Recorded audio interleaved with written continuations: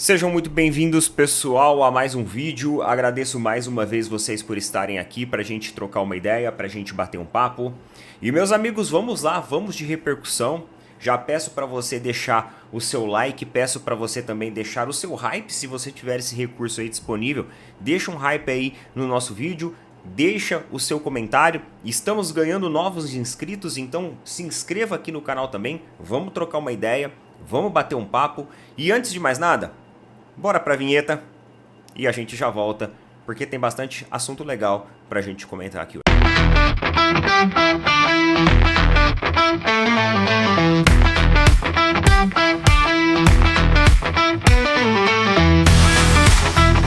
E vamos lá, meus amigos. Eu não sei se vocês viram, mas o Botafogo anunciou um técnico.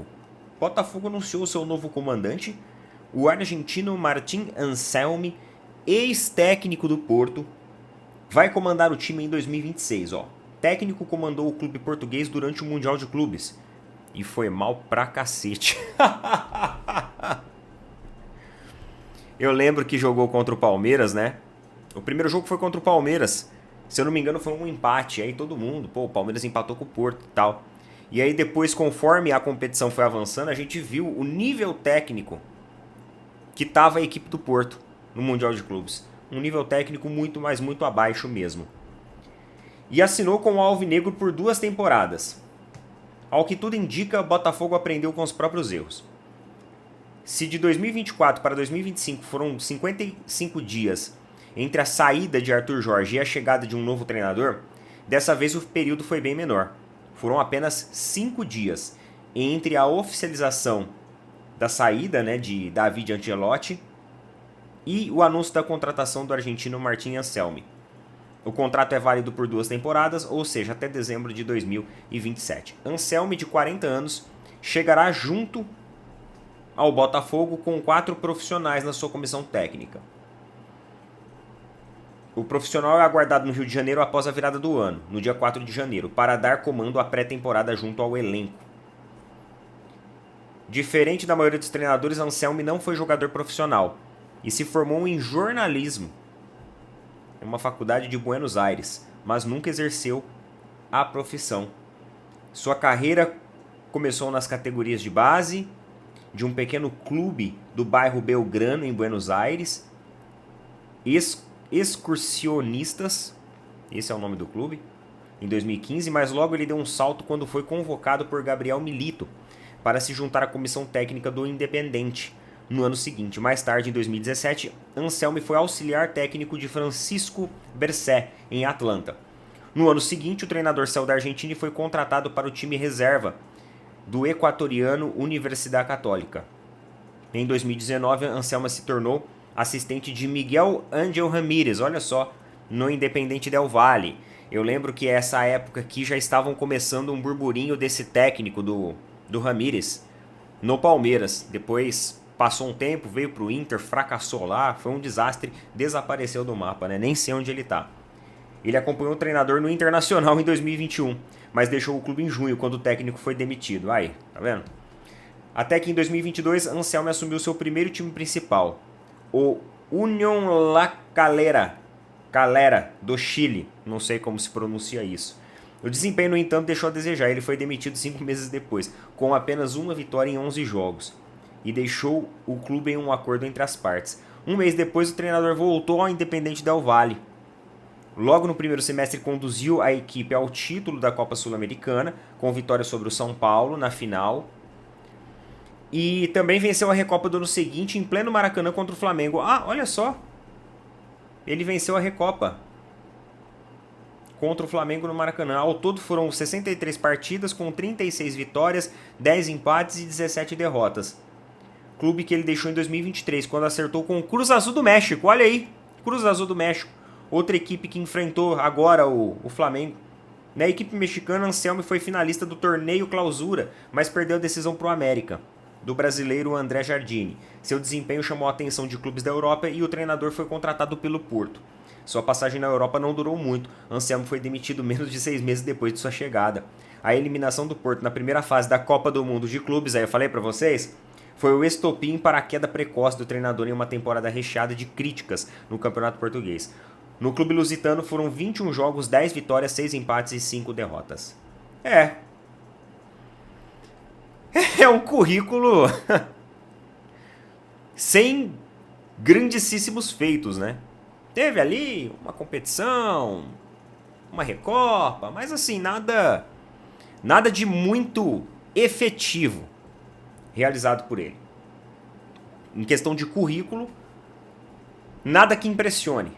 Vamos ver os próximos capítulos aí do que vai acontecer. Demos esse breve resumo para falar um pouquinho sobre o novo comandante do Botafogo. Agora, meus amigos, eu quero conversar um assunto aqui com vocês que surgiu ontem aí nas redes sociais. Eu não sei se vocês todos viram, né? Quem acompanha mais as redes sociais palestrinas, com certeza viu essa informação, que é sobre a entrevista do Eduardo Quevedo. Ah, Neto, aquele que é padre, não. É o Eduardo Quevedo. Nada a ver, né? Um pouco de bom humor, pessoal. Ontem eu tava muito mal-humorado. Então hoje eu resolvi trazer bom humor aqui pra gente. Tá? Mas vamos lá que daqui a pouco eu vou me irritar de novo. Brincadeira. Ele concedeu uma entrevista em um canal esportivo e essa entrevista acabou disseminando aí pelas redes. Eu peguei aqui lá do portal Mix Vale a matéria. Palmeiras adota cautela financeira e limita o aporte para contratações em 2026. O Eduardo Quevedo, ele falou neste programa sobre a situação financeira do Palmeiras. Ah, Neto, a situação financeira do Palmeiras preocupa? Não é uma questão de nossa, preocupação. Mas é uma questão de ponderação. E isso, a percepção que eu tive baseado naquilo que o Eduardo Quevedo falou. Ele disse, ele é diretor de planejamento do Palmeiras. Antes de mais nada, não é jornalista, não é isso, não. É diretor de planejamento do Palmeiras. Ele falou o seguinte, que na temporada passada, agora 2025, né? O Palmeiras fez aportes financeiros muito altos. Mais de 700 milhões. Mano, eu achei muito engraçado. Porque falando em aporte financeiro, eu tava no shopping ontem, eu tava lá na loja da Centauro. Tava vendo lá as camisas e tal. Um menino, cara, criança. Sei lá, o moleque deve ter 11 anos de idade. Ele chegou em mim, palmeirense. Eu tava olhando as camisas do Palmeiras. Ele olhou pra mim e falou assim, absurdo, né? Aí eu olhei pra ele. Falei assim, o quê? Aí ele, mais de 700 milhões investidos e o clube fazer um vexame desse. Cara, eu olhei pra ele e falei assim, irmão, você entende da parada. Você tem um espírito. Você entende do rolê. Falei assim, é um absurdo mesmo. Ele falou assim, cara, uma vergonha, palhaçada. O moleque, cara, putaço. Putaço. Tem muito marmanjo aí, barbado, que tá precisando aprender com um pré-adolescente o bom senso das coisas. O moleque tem muito mais visão e bom senso que muito marmanjo aí, em que se o Abel entrar na piscina, esses caras afogam. Vocês estão ligados, né? Tem muito marmanjo, hoje, que se o Abel Ferreira tomar banho de piscina nessas férias, meu amigo, o que vai ter de cara se afogando não tá no gibi. E que bom. Falei assim, nossa, meu Deus, existem uma nova geração de torcedores ainda raízes, que entende. Ótimo isso, ótimo. O que o Eduardo falou? O Eduardo falou o seguinte, que como já fez muitas contratações no ano passado, a tendência é que este ano agora, essa temporada agora, o Palmeiras aperte o cinto. Então, esqueçam contratações impactantes. Ah, Neto, mas e aquele papo de que quer jogadores mais cascudos e tal? Eu também fiquei me perguntando isso, mas provavelmente é uma notícia que ou jogaram para despistar para a imprensa, ou a imprensa criou a própria notícia. Lamentavelmente a gente replica o que a imprensa aqui produz. Né? A gente traz as nossas opiniões baseadas no contexto. do cenário esportivo. Então, eu também fiquei me perguntando isso. Aí as contratações. Jogadores... Galera, com 10 milhões de euros hoje no mercado, tu não contrata jogador de extrema qualidade. Acabou. Acabou. Não é igual a 5, 6 anos atrás que você contratava Arrascaeta com 60 milhões de reais. Isso já passou, isso já faz muito tempo. Um jogador hoje do nível de Arrascaeta, ele não custa menos que 150, 170 milhões de reais. É o que estão pedindo ali pelo Gerson, por exemplo. Então, acabou, mano. Acabou. Aí, o Eduardo Quevedo, ele falou que a gestão agora pensa de uma forma ali financeira. E que não vai fazer investimentos. O teto orçamentário do Palmeiras para reforços agora é de 10 milhões de euros. Que é ali aproximadamente um pouco mais que 60 milhões de reais. Lamentavelmente é esse o nosso cenário. Agora, eu devo ser honesto aqui e dizer que esse cenário ele se bifurca em duas vias. A primeira via, pô, legal, o clube está tendo consciência financeira. Isso é importante.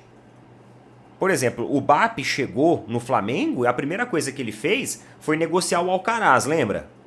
De volta. Meio que tipo assim, não, devolve, filho. Dá um jeito de negociar esse cara de novo e recuperar a grana que foi investida por ele. Ele fez isso. Por quê? Porque ele entendia também que era necessário você ter... Vão apertar os cintos para garantir um futuro melhor. Vamos... O Bap fez isso no Flamengo na chegada, cortou um punhado de coisa. Então, por esse lado, eu acho que o viés de pensar dessa forma, ele não é negativo. Ele não é. Agora, o problema foi ter jogado dinheiro fora. Há 2 temporadas atrás. Eu não tô falando nem da última janela de contratação dos 700 milhões, tá? Eu tô falando de contratações como Jailson. Contratações pagando salário milionário para Jorge. Contratação do tipo Bruno Tabata, que foi mais de 35 milhões. É disso que eu tô falando. Esse é o problema. O que estragou não é a contratação do Andrés Pereira. Não foi a contratação do Vitor Roque. Foi a contratação de uns punhado de pé de rato que apareceu aqui e não fez nada. Fruto do quê? Fruto, o que a gente falava, galera, 2 anos atrás, quando ainda a coisa não estava feia, quando ainda era o tempo ali das vacas gordas. O que eu falava para vocês? Erro de planejamento. A gestão do Palmeiras está errando no planejamento. Tá deixando de vender jogador na alta, mantendo, sabe, jogadores que tá passando do time, contratando jogadores que não tem muita perspectiva, que não tem nome, não tem peso. Pessoal, antes você fazer uma contratação de 120 milhões, mas que resolva os seus problemas, do que você trazer 3 pé de rato por 40 milhões cada um, que não vira bosta nenhuma. Essa é a realidade. Essa é a realidade. Tá bom? Vamos lá, meus amigos. O Boto concedeu uma entrevista em um podcast. E essa entrevista acabou repercutindo aí nas mídias sociais. E saiu aqui também em matéria. Lá pelo GE. Pelo site do Globo Esporte. A matéria diz o seguinte. O destaque da matéria. Boto prevê 2026 mais difícil. E compara a pressão. O Palmeiras não tem a grandeza do Flamengo. Eu confesso para vocês que no momento que eu li essa matéria, eu interpretei de uma forma assim muito snob por parte do José Boto. Ele falar que o Palmeiras não tem a grandeza do Flamengo. Paparazzo rubro-negro. Ele viu o vídeo que eu coloquei nas plataformas vizinhas, falando justamente sobre essa frase. Eu falei assim, tem que pegar essa frase e escrever ela no CT do Palmeiras, na parede. O Palmeiras gosta de escrever frase de efeito na parede, não gosta? O Abel curte essas paradas de coach, não gosta? Tem que fazer isso para todo mundo ver. Ó, a frase do diretor de futebol do Flamengo. O paparazzo rubro-negro veio e falou assim para mim: você interpretou errado o que o Boto quis dizer. E agora, eu pergunto a vocês, qual que é a interpretação que vocês tiram disso? Sem zoeira. Vai ter os rivais que vai zoar, tem a galera que... Mas eu tô falando, galera, pra interpretar numa boa. Sincero, tá? Sem zoeira. Sem zoeira, opinião sincera de vocês. Vamos lá. Ó. Eu vou falar pra você a interpretação que eu tive. E a interpretação que o paparazzo me passou. Vamos lá. Ó o que o Boto falou. Acho que a temporada vai ser mais difícil. Porque não é fácil repetirmos o que fizemos. Conhecendo eu a imprensa e a torcida, eles vão exigir o mesmo e mais ainda. Mesmo que não exista mais para ganhar. É bom porque o presidente tem a noção. Nós vamos entrar para ganhar. Mas não são todos os anos que isso se repete. Existem as duas competições que são fundamentais para nós, o Brasileirão e a Libertadores. Sabendo que a Libertadores, como toda competição eliminatória, é mais difícil de prever, por isso nosso objetivo sempre é sermos campeão do Brasileirão. A grande preocupação que tenho é a quantidade de férias que os jogadores vão ter, para que eles limpem a cabeça. Temos tudo planejado para que o elenco seja melhor. Nunca existe um plantel perfeito. Há sempre coisas a ajustar, mesmo quando achamos que está ótimo. Temos tudo isso planejado, mas não vai ser fácil repetir uma temporada como essa. É importante nós irmos ao longo desse percurso vendo que tipo de rendimento alguns jogadores são capazes de dar ou não, e irmos ajustando com calma, sem grandes revoluções. Por quê? Há essa parte emocional que tem um peso enorme no Brasil. E não tem tanto aqui na Europa. Ele estava em um podcast europeu nessa entrevista. Por isso que ele falou lá da Europa. Ó, Boto também falou sobre a utilização das categorias de base. O dirigente comparou a situação do Palmeiras e relembrou o caso de João Vitor neste ano. O zagueiro ficou no banco durante toda a temporada, mas foi pouco utilizado. Diante dos desfalques, Felipe Luiz escalou o jovem que não foi bem. E olha só o que ele falou sobre o Palmeiras em relação à base. Nisso, o Palmeiras está mais à frente. Sobre esse manejo com a base. Não em termos melhores jogadores na formação. É na transição que faz para o nível profissional. Ou seja, ele está falando que o Palmeiras é melhor para fazer a transição desses garotos para o nível profissional. Nós vamos tentar caminhar nesse sentido. Uma das coisas que fizemos com o Alfredo para ter essa ligação direta conosco. Sabemos que são contextos completamente diferentes. O Palmeiras, apesar da grandeza que tem, não tem a grandeza do Flamengo. Vou dar um exemplo. Nós tivemos que fazer 2 jogos com um sub-17, o João Vitor, de defesa central, que não esteve mal, mas teve ali um deslize que mataram. Vai ser um zagueiro top de Europa em 5, 6 anos, mas ali mataram. Vai ser muito difícil jogar ali com o nível de confiança que um menino daquela idade precisa. Nós temos que levar isso em conta. E se calhar perceber o que é mais correto é não ir buscar outro defesa central, porque aquele tem um potencial enorme. Mas se calhar o mais correto naquele contexto é irmos comprar outro central e vendê-lo, deixando uma porcentagem grande para nós desse jogador.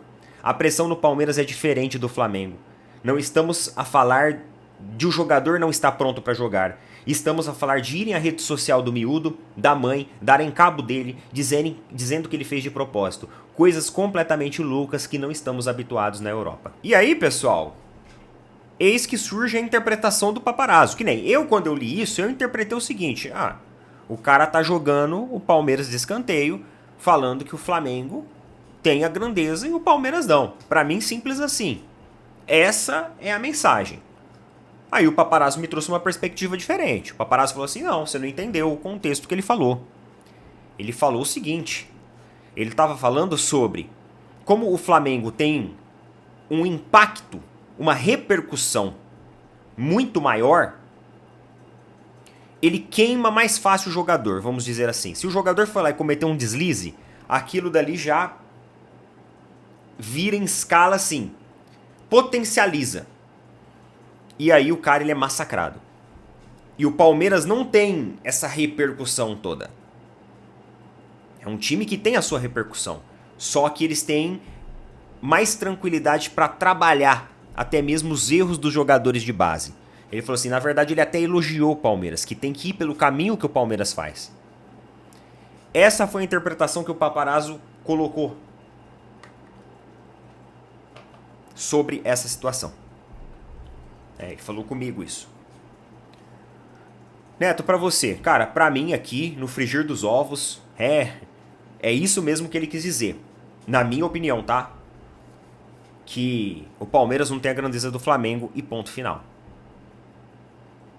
É que o Paparazzo ele tá olhando de uma perspectiva mais assim, sabe? Ah, a temporada tá no final, não tem mais aquele teor ácido competitivo, é uma entrevista ali informal do diretor de futebol. Ele também falou que o Palmeiras sabe fazer a transição melhor que o Flamengo, tá na frente do Flamengo com isso. Então o Paparazzo levou dessa maneira mais esportiva. Talvez pro torcedor do Flamengo é mais fácil levar da maneira mais esportiva. Pro torcedor do Palmeiras, não tem palmeirense levando da maneira esportiva isso não. Não tem, meus amigos. Tá bom? Mas aí, coloca a opinião de vocês e a compreensão de vocês. Eu tô trazendo aqui os dois lados. Tô tentando ser o mais honesto e transparente possível com vocês e trazendo aí duas interpretações distintas, cada uma dentro do seu contexto. Eu dentro do contexto torcedor Palmeiras, o Paparazzo dentro do contexto flamenguista. E aí vocês ponderem aí na opinião de vocês e coloquem o que vocês acham sobre isso. Tá bom? Mais uma vez, agradeço o carinho e o apoio de vocês. Tamo junto. Valeu, falou. Até mais.